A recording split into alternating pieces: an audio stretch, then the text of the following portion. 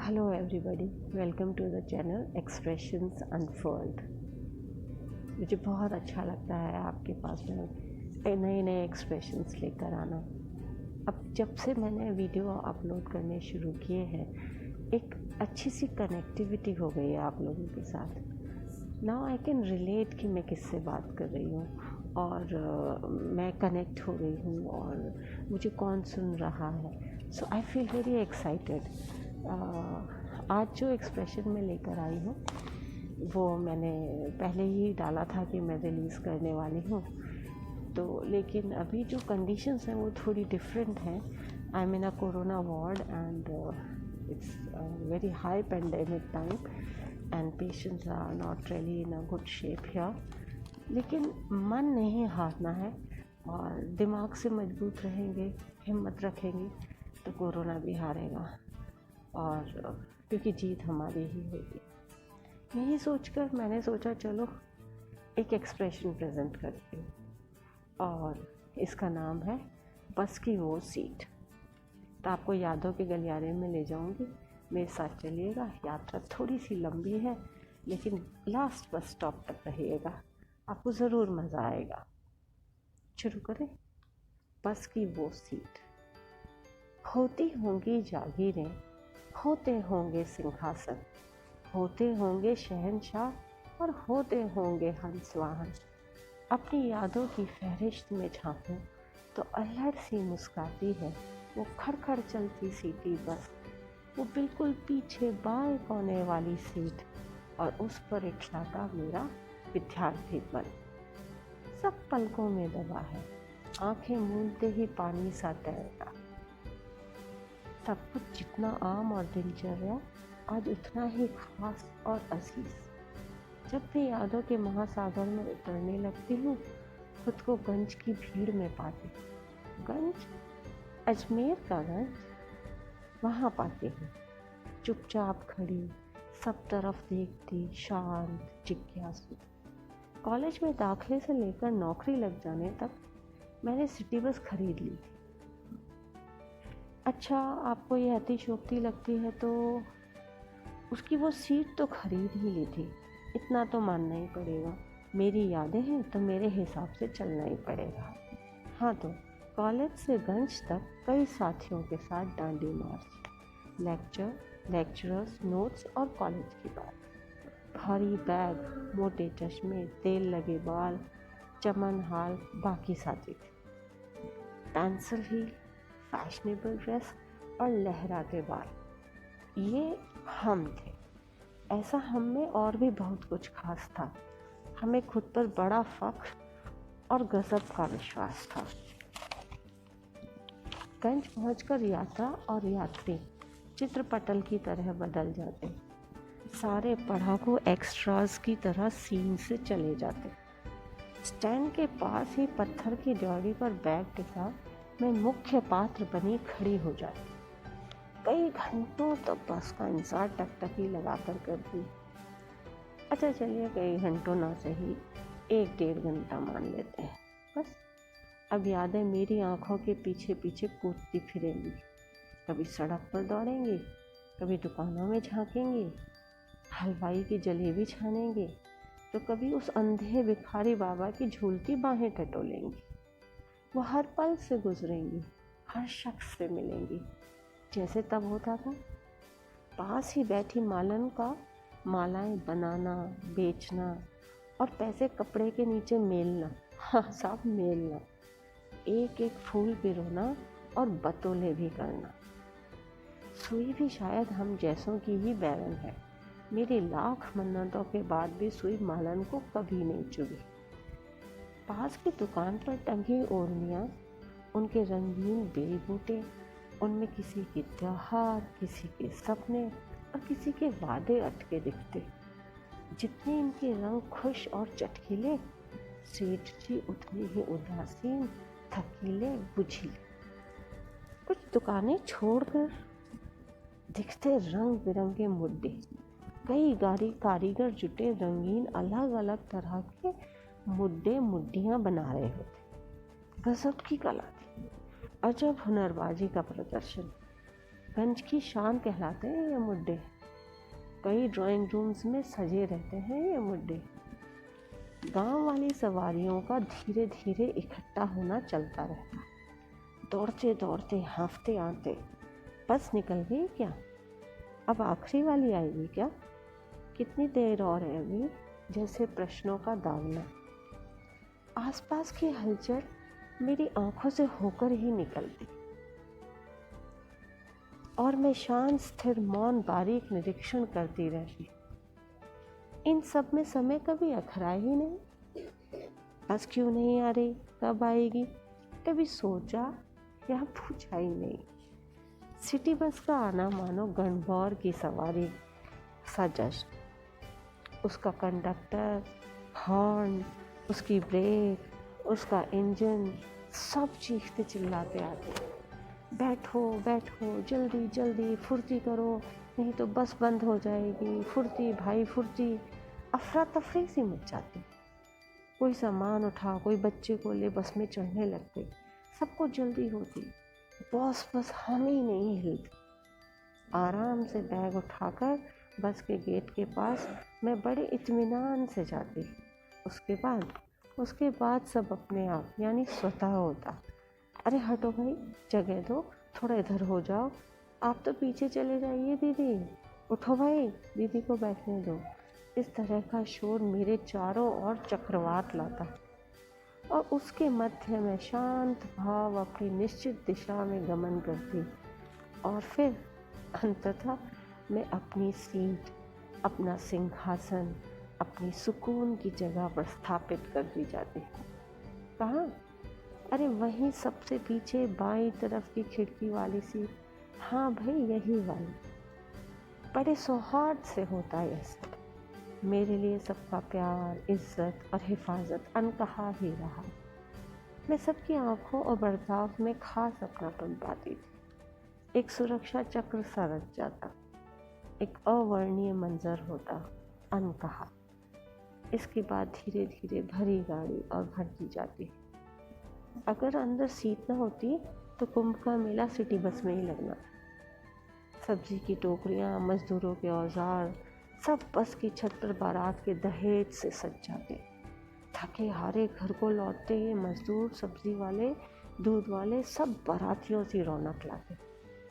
यूँ तो सवारी कुछ शहरी भी होती और कुछ फौजी भाई भी होते, पर इनकी सादगी इस मेले में बस थोड़ा ही ध्यान और आकर्षण पाती थी।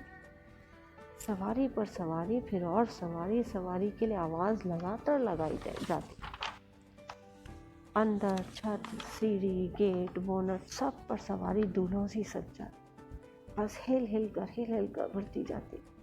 कभी कभी तो बकरी और बकरी का बच्चा मेमना भी साथ सफ़र करती। टिकट या विदाउट टिकट पता नहीं।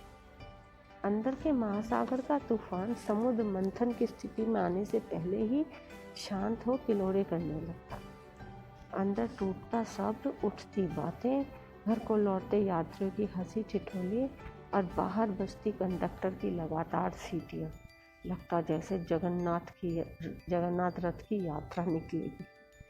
तभी एक लंबी सीटी बजती और जोर की आवाज़ कड़कती, चलो। बस ये था इशारा। इंजन खड़ खड़ खड़ खड़ खड़ खड़ घुर खड़ खड़। इंजन की दया से, कई चढ़ाए गए प्रसाद और मांगी मन्नतों से, बाकी बचे ड्राइवर के प्रयासों से और समाज सेवियों के थप्पों से गाड़ी चल पड़ती। चलते ही शुरू होता मेरा अद्भुत सफ़र। जीवन के हर सफ़र से परे है ये सफ़र। बाहर खिड़की से आती ताज़ी ठंडी हवा और अंदर से आती खूब सारी बातें, नर्म गुनगुनी सी। लेकिन तभी आवाज़ें आती, बस घाटी पर फिर से बंद ना हो जाए, दुआ मनाओ। और सब सांस रोक लेते, वरना क्या था कि फिर धक्का लगाना पड़ेगा और फिर वही वंस मोर। लेकिन कभी कभी तो गाड़ी चल जाती और कभी रुक जाती। इस प्रकार हम आगे बढ़ते जाते। हर घर की बनावट, दुकानें, सब जाने पहचाने। अंधेरे में सड़क की और घरों की लाइट्स तारा मंडल बन मेरी खिड़की से दौड़ती जाती। सिनेमा की तरह सीन बाय सीन सबका मेरे आगे से निश्चित क्रम में दौड़ना। मैं उन्हें देखती रहती, एकदम स्थिर, खिड़की पर सिर टिकाए, वहीं दाएं कान से सुनती रहती वो थक कर लौटे इन सब गांव वालों की बातें, सच्ची, सौंधी, मीठी, निश्चल बातें। कुछ तो बड़ी सहजता से नीचे बैठ जाते और फिर एक माहौल सा बन जाता, माहौल जन्नत के एहसास का। हाँ, क्योंकि फिर शुरू होगा वही जो मेरी रूह में बसता है, जो मुझे बार बार उस सीट पर यादों में ले जाता है। वह है उन गांव वालों का धीरे धीरे लोकगीत गाना। कोई एक शर्माते हुए मुंह कपड़े से ढककर गीत का आलाप उठाता, फिर बाकी साथी सुर मिलाने लगते। आदमी या औरत सब सुर मिलाकर एक साथ गाते। अमृतवाणी सा गीत तैरने लगता। क्या गाते थे कुछ नहीं पता, एक के बाद एक कितने गीत गाते थे पता नहीं। आत्मा तक में जा बसती थी गुनगुनाहटें। चांदी के भारी भारी जेवर पहने पुरुष और महिलाएं, पुरुष सफ़ेद धोती अंगरखी और पगड़ी, महिलाएं घेरदार छींट का घाघरा, चोली और ओढ़नी के पल्लू में मुंह ढककर आगे रागे उठ रही होती। हल्की चुहलबाजी, हंसी ठिठोली और झटके खा खा कर हम चलती बस में आनंद उठाते और बाहर के दौड़ते नज़ारे, हर घर जो मेरी खिड़की से गुजरता उसमें से उठ रही होती शाम की खाने की खुशबू। कहीं बाहर आंगन में चहकती अंगीठी, तो कहीं दौड़ते भागते बच्चे, घर को बेतहाशा उड़ते पंछी, सब सुहाना, सब अलौकिक। बीच बीच में कोई बस में टोकरी के बच्चे करौंदे गीले टाट से निकाल सवारियों को बांट देता, तो कोई बच्ची ककड़ियाँ जो अब भी टाट के टुकड़ों में ताज़ी हैं सबको थमा देता। बस फिर तो यात्रा और भी करारी और ताज़ी चटाकेदार हो जाती। लगता सब ऐसे ही चलता रहे, किसी को कोई जल्दी नहीं थी। एक ठहराव था, एक तसल्ली सी थी, खुली आंखों की नींद थी और सब कुछ सपने सा सुंदर। बस बीच में काली माई के मंदिर पर रुकती, यहाँ छटनी हो जाती। शहरी सवारियाँ सारी यहाँ उतरती और फिर बस में मैं और मेरे ये सारे साथी। यहाँ से माहौल और ज़ोर पकड़ता। जगह मिलने से सांस जो आ जाती तो गीत खुलकर गूंजने लगते। शर्म भी न रहती, किसी का लिहाज न रहता। पता नहीं चलता कब आखिरी स्टॉप भी आ गया। स्टैंड आता तो बस एक ज़ोर से ब्रेक लगाकर खड़ी हो जाती। यात्री उतरने लगते। मैं बड़ी तसल्ली से अपनी इस जन्नती अनुभवों को आँखों में छुपा जगह बनाती नीचे उतरती। भोगे महाआनंद का दाम चंद रुपयों में कंडक्टर को चुकाकर घर आती। मेरा घर स्टैंड के जस्ट सामने ही है। मेरे इंतज़ार में शायद और पास खिसक आता था। मेरा घर बाहर से ही खाने की मनमोहक खुशबू से मेरा स्वागत करता और दरवाज़ा और उसकी दहलीज पर मेरा पाँव पड़ते ही माँ की आवाज़ आती, आ गई? जल्दी आ, देख आज तेरी पसंद का खाना बनाया है। मुझे नहीं खाना, मैं थकी हुई हूँ। ऐसे नखरे करती हुई बैग कोने में पटक मैं छत पर भाग जाती। इन सब बातों में लड़की के अंधेरे होने के बाद घर बस में अकेले सफ़र कराने का ना कोई जिक्र ना कोई फिक्र, बस निश्चिंतता झलकती। किस किस पर विश्वास था, किस किस पर विश्वास था? मुझ पर तो था ही। साथ में माँ को, समय पर, भीड़ पर, बस, ड्राइवर, कंडक्टर, यात्री, सब पर विश्वास था। ऐसा क्यों? अब क्यों नहीं? कोई जवाब नहीं मिलता तो ना चाहते हुए भी आंखें खोल देती। बेटी को ऐसी यात्रा का रोमांच करा पाऊंगी कभी? सोचती हूँ तो सहम सी जाती। और फिर यादों की पोटली बंद कर डिब्बे में रख आंखें खोल देती हूँ। धन्यवाद। Hello everybody, welcome to the channel expressions unfold. मुझे बहुत अच्छा लगता है आपके पास में नए नए एक्सप्रेशंस लेकर आना। अब जब से मैंने वीडियो अपलोड करने शुरू किए हैं, एक अच्छी सी कनेक्टिविटी हो गई है आप लोगों के साथ। नाउ आई कैन रिलेट कि मैं किससे बात कर रही हूँ और मैं कनेक्ट हो रही हूँ और मुझे कौन सुन रहा है। सो आई फील वेरी एक्साइटेड। आज जो एक्सप्रेशन मैं लेकर आई हूँ वो मैंने पहले ही डाला था कि मैं रिलीज़ करने वाली हूँ, तो लेकिन अभी जो कंडीशंस हैं वो थोड़ी डिफरेंट हैं। I am in a corona ward and it's very high pandemic time and patients are not really in a good shape here. लेकिन मन नहीं हारना है और दिमाग से मजबूत रहेंगे, हिम्मत रखेंगे तो कोरोना भी हारेगा और क्योंकि जीत हमारी ही होगी। यही सोचकर मैंने सोचा चलो एक एक्सप्रेशन प्रेजेंट करती हूँ और इसका नाम है बस की वो सीट। तो आपको यादों के गलियारे में ले जाऊंगी, मेरे साथ चलिएगा। यात्रा थोड़ी सी लंबी है लेकिन लास्ट बस स्टॉप तक रहिएगा, आपको ज़रूर मज़ा आएगा। शुरू करें। बस की वो सीट। होती होंगी जागीरें, होते होंगे सिंहासन, होते होंगे शहंशाह और होते होंगे हंसवाहन। अपनी यादों की फहरिस्त में झांकूं तो अल्हड़ सी मुस्काती है वो खड़खड़ चलती सीटी बस। वो बिल्कुल पीछे बाएं कोने वाली सीट और उस पर इठलाता मेरा विद्यार्थीपन। सब पलकों में दबा है, आंखें मूंदते ही पानी सा तैरता।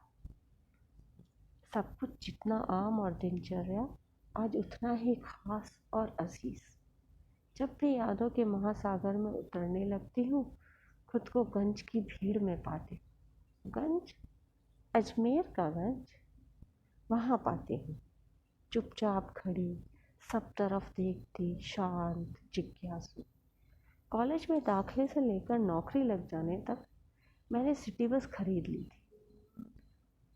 अच्छा, आपको ये अतिशयोक्ति लगती है तो उसकी वो सीट तो खरीद ही ली थी, इतना तो मानना ही पड़ेगा। मेरी यादें हैं तो मेरे हिसाब से चलना ही पड़ेगा। हाँ, तो कॉलेज से गंज तक कई साथियों के साथ डांडी मार्च, लेक्चर, लेक्चरर्स, नोट्स और कॉलेज की बात। भारी बैग, मोटे चश्मे, तेल लगे बाल, चमन हाल बाकी साथी थे। पेंसिल हील, फैशनेबल ड्रेस और लहराते बाल, ये हम थे। ऐसा हम में और भी बहुत कुछ खास था। हमें खुद पर बड़ा फख्र और गजब का विश्वास था। गंज पहुंचकर यात्रा और यात्री चित्रपटल की तरह बदल जाते। सारे पढ़ाकू एक्स्ट्रास की तरह सीन से चले जाते। स्टैंड के पास ही पत्थर की डोरी पर बैग टिका मैं मुख्य पात्र बनी खड़ी हो जाती। कई घंटों तक बस का इंतज़ार टकटकी लगाकर करती। अच्छा चलिए, कई घंटों ना सही, 1-1.5 घंटा मान लेते हैं। बस अब यादें मेरी आँखों के पीछे पीछे कूदती फिरेंगी। कभी सड़क पर दौड़ेंगी, कभी दुकानों में झांकेंगी, हलवाई की जलेबी छानेंगी, तो कभी उस अंधे भिखारी बाबा की झूलती बाहें टटोलेंगी। वो हर पल से गुजरेंगी, हर शख्स से मिलेंगी जैसे तब होता था। पास ही बैठी मालन का मालाएं बनाना, बेचना और पैसे कपड़े के नीचे मेलना। हाँ साहब, मेलना। एक एक फूल पिरोना और बतौले भी करना। सुई भी शायद हम जैसों की ही बैरन है। मेरी लाख मन्नतों के बाद भी सुई मालन को कभी नहीं चुभी। पास की दुकान पर टंगी ओढ़नियाँ, उनके रंगीन बेल बूटे, उनमें किसी के त्योहार, किसी के सपने और किसी के वादे अटके दिखते।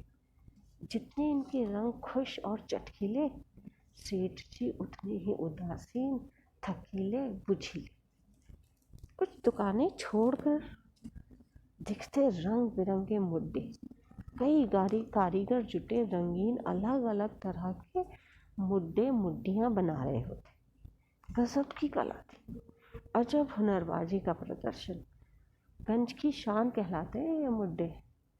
कई ड्राइंग रूम्स में सजे रहते हैं ये मुड्डे। गांव वाली सवारियों का धीरे धीरे इकट्ठा होना चलता रहता। दौड़ते दौड़ते हांफते आते, बस निकल गई क्या? अब आखिरी वाली आएगी क्या? कितनी देर और है अभी? जैसे प्रश्नों का दावना। आसपास की हलचल मेरी आंखों से होकर ही निकलती और मैं शांत स्थिर मौन बारीक निरीक्षण करती रहती। इन सब में समय कभी अखरा ही नहीं। बस क्यों नहीं आ रही, कब आएगी, कभी सोचा या पूछा ही नहीं। सिटी बस का आना मानो गणगौर की सवारी सा जश्न। उसका कंडक्टर, हॉर्न, उसकी ब्रेक, उसका इंजन, सब चीखते चिल्लाते आते। बैठो बैठो, जल्दी जल्दी फुर्ती करो, नहीं तो बस बंद हो जाएगी, फुर्ती भाई फुर्ती। अफरा तफरी सी मच जाती। कोई सामान उठा, कोई बच्चे को ले बस में चढ़ने लगते।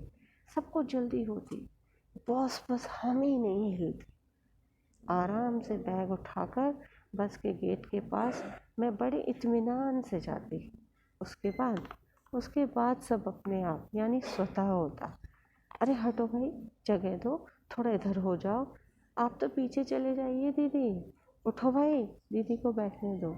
इस तरह का शोर मेरे चारों ओर चक्रवात लाता और उसके मध्य में शांत भाव अपनी निश्चित दिशा में गमन करती और फिर अंततः मैं अपनी सीट, अपना सिंहासन, अपनी सुकून की जगह पर स्थापित कर दी जाती।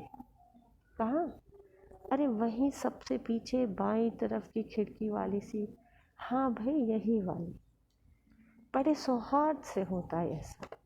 मेरे लिए सबका प्यार, इज्जत और हिफाजत अनकहा ही रहा। मैं सबकी आंखों और बर्ताव में खास अपनापन पाती थी। एक सुरक्षा चक्र सा रच जाता, एक अवर्णीय मंजर होता, अनकहा। इसके बाद धीरे धीरे भरी गाड़ी और भरती जाती। अगर अंदर सीट न होती तो कुंभ का मेला सिटी बस में ही लगना था। सब्जी की टोकरियाँ, मजदूरों के औजार, सब बस की छत पर बारात के दहेज से सज जाते। थके हारे घर को लौटते ये मजदूर, सब्जी वाले, दूध वाले सब बारातियों से रौनक लाते। यूँ तो सवारी कुछ शहरी भी होती और कुछ फौजी भाई भी होते, पर इनकी सादगी इस मेले में बस थोड़ा ही ध्यान और आकर्षण पाती थी। सवारी पर सवारी, फिर और सवारी, सवारी के लिए आवाज़ लगातार लगाई जाती। अंदर छत, सीढ़ी, गेट, बोनट, सब पर सवारी दूल्हों सी सज जाती। बस हिल हिल कर बढ़ती जाती। कभी कभी तो बकरी और बकरी का बच्चा मेमना भी साथ सफ़र करते। टिकट या विदाउट टिकट पता नहीं। अंदर के महासागर का तूफान समुद्र मंथन की स्थिति में आने से पहले ही शांत हो किलोरे करने लगता। अंदर टूटता सब्र, उठती बातें, घर को लौटते यात्रियों की हंसी ठिठोली और बाहर बजती कंडक्टर की लगातार सीटियाँ। लगता जैसे जगन्नाथ रथ की यात्रा निकलेगी। तभी एक लंबी सीटी बजती और ज़ोर की आवाज़ कड़कती, चलो। बस ये था इशारा। इंजन खड़ खड़ खड़ खड़ खड़ खड़ घुर खड़ खड़। इंजन की दया से, कई चढ़ाए गए प्रसाद और मांगी मन्नतों से, बाकी बचे ड्राइवर के प्रयासों से और समाज सेवियों के धक्कों से गाड़ी चल पड़ती। चलते ही शुरू होता मेरा अद्भुत सफ़र। जीवन के हर सफ़र से परे है ये सफ़र। बाहर खिड़की से आती ताज़ी ठंडी हवा और अंदर से आती खूब सारी बातें, नर्म गुनगुनी सी। लेकिन तभी आवाज़ें आती, बस घाटी पर फिर से बंद ना हो जाए। दुआ मनाओ। और सब सांस रोक लेते, वरना क्या था कि फिर धक्का लगाना पड़ेगा और फिर वही वंस मोर। लेकिन कभी कभी तो गाड़ी चल जाती और कभी रुक जाती। इस प्रकार हम आगे बढ़ते जाते। हर घर की बनावट, दुकानें, सब जाने पहचाने। अंधेरे में सड़क की और घरों की लाइट्स तारामंडल बन मेरी खिड़की से दौड़ती रहती। सिनेमा की तरह सीन बाय सीन सबका मेरे आगे से निश्चित क्रम में दौड़ना। मैं उन्हें देखती रहती, एकदम स्थिर हो, खिड़की पर सिर टिकाए। वहीं दाएं कान से सुनती रहती वो थक कर लौटे इन सब गांव वालों की बातें, सच्ची, सौंधी, मीठी, निश्चल बातें। कुछ तो बड़ी सहजता से नीचे बैठ जाती और फिर एक माहौल सा बनता, माहौल जन्नत के एहसास का। हाँ, क्योंकि फिर शुरू होता वो जो मेरी रूह में बसा है, जो मुझे बार बार उस सीट पर यादों में ले जाता है। वह है उन गांव वालों का धीरे धीरे लोकगीत गाना। कोई एक शर्माते हुए मुंह कपड़े से ढक कर गीत का आलाप उठाता, फिर बाकी साथी सुर मिलाने लगते। आदमी या औरत सब सुर मिलाकर एक साथ गाते। अमृतवाणी सा गीत तैरने लगता। क्या गाते थे कुछ पता नहीं। कब तक खत्म कर कब दूसरा गाने लगते थे पता नहीं। आत्मा तक में जा बसती थी वो गुनगुनाहटें। चांदी के भारी भारी जेवर पहने पुरुष और महिलाएं, पुरुष सफ़ेद धोती अंगरखी और पगड़ी, महिलाएं घेरदार छींट का घाघरा, चोली और ओढ़नी।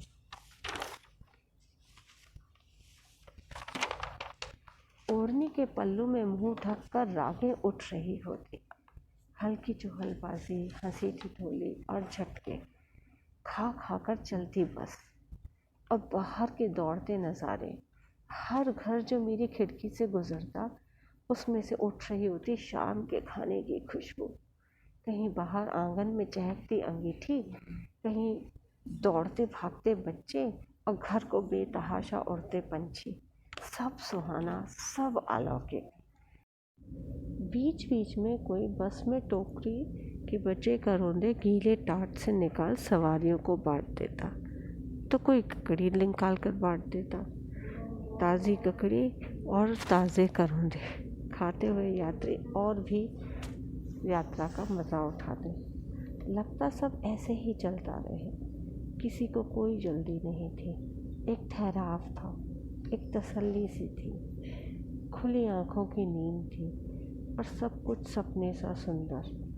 बस बीच में काली माई के मंदिर पर रुकती, यहाँ छटनी सी हो जाती। शहरी सवारियाँ सारी यहाँ उतरती और फिर बस में मैं और मेरे ये सारे साथी। यहाँ से माहौल और ज़ोर पकड़ता।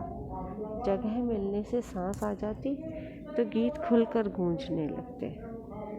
पता ही नहीं चलता कब आखिरी स्टॉप भी आ गया। स्टैंड आता तो बस एक जोर से ब्रेक लगाकर खड़ी हो जाती। यात्री उतरने लगते। मैं बड़ी तसल्ली से अपने इस जन्नती अनुभवों को आँखों में छुपा जगह बनाती नीचे उतरती। भोगे महाआनंद का दाम चंद रुपयों में कंडक्टर को चुकाकर घर आती। घर, मेरा घर स्टैंड के जस्ट सामने ही है। मेरे इंतज़ार में और खिसक कर पास आ जाता शायद। मेरा घर बाहर से ही खाने की मनमोहक खुशबू से मेरा स्वागत करता और दरवाजे की दहलीज पर पाँव रखते ही माँ की आवाज़ आ जाती, आ गई, जल्दी आ, देख आज तेरी पसंद का खाना बनाया है। मुझे नहीं खाना, मैं थकी हुई हूँ। ऐसे नखरे करती, बैग एक कोने में रखती और छत पर भाग जाती। इन सब बातों में लड़की के अंधेरे होने के बाद घर बस में अकेले सफ़र करने का ना कोई जिक्र ना फिक्र, बस निश्चिंतता झलकती। किस किस पर विश्वास था?